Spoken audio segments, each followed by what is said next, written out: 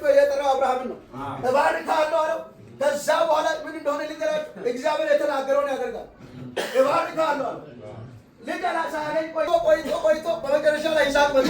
አሜን። ይስሐቅ ቤቱ ሲወለድ ከይስሐቅ በኋላ ደግሞ ማን ተወለደ? ያዕቆብ ተወለደ። ያዕቆብ ሲወለድ 12 ነገድ ወለደ። 12ቱ ነገድ እስራኤል ተባለ። 12ቱ ኔሽን ሆነ።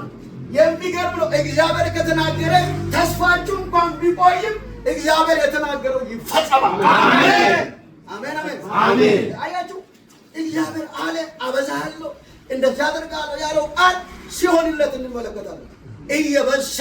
እየበዛ እየጨመረ አንድ ብቻውን ጠራሁት አበዛሁት ተብሎ ተጽፏል።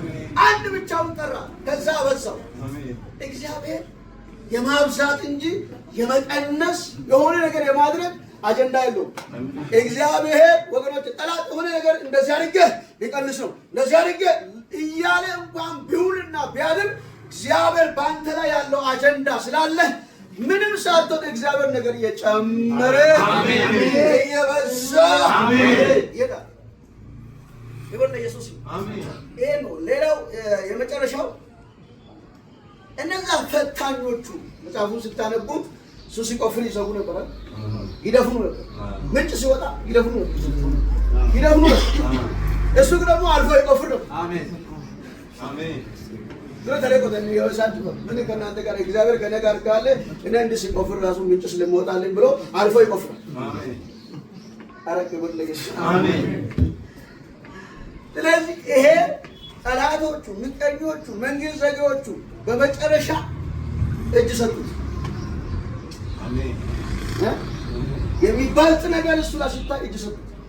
እግዚአብሔር ጋር አብሮ ያለ ሰው፣ እግዚአብሔር አብሮት የሆነ ሰው ወገኖች በየትኛውም ሁኔታ ውስጥ ያሸንፋል እንጂ አይሸነፍም። አሜን። ዱብንቱ ወሪስ ይገጣል እንጂ አሜን። ከእግዚአብሔር ጋር የተሰለፈ ሰው ሁሉ ጊዜ አሸናፊ እንጂ ተሸናፊ አይደለም። አሜን። ከእግዚአብሔር ጋር የሚራመድ ሰው፣ እግዚአብሔርን የሚያከብር ሰው፣ ለእግዚአብሔር የሚኖር ሰው፣ ለእግዚአብሔር የሚገዛ ሰው ሁሉ ጊዜ አሸናፊ እንጂ ተሸናፊ አይደለም። አሜን። ምንድን ነው የሚለው ቃሉ? መጨረሻ ላይ ስትመለከቱ 28 እና 29 መጥተው ሰዎቹ ቅድም በእሱ ላይ የሆነ ነገር የሚያደርጉ የሚሰሩ እነሱ ሲዘጉ እግዚአብሔር ደግሞ እያበዛው ነገሩ እየጨመረ። አሜን። አንዳንድ ጊዜ የሆነ ነገር ሲበዛባችሁ ደስ ይበላል። እግዚአብሔር ከእናንተ ጋር ሆኖ ሰልፍ ሲበዛባችሁ ደስ ይበላል። አሜን። እግዚአብሔር ከእናንተ ጋር ስላለ የእናንተ ነገር አይቆምም። አሜን። ነምተቆ ይናበቱ ይላል ይናበቱ ነገራችሁ አይቀንስም። አሜን። እየበዛ ይሄዳል። አሜን። እየበዛ ይሄዳል። አሜን። መጨረሻ ላይ መጡና ያን ቃል አንብበና ልጨርስ። እንደዚህ ይላል 28 ላይ ተመልከቱ።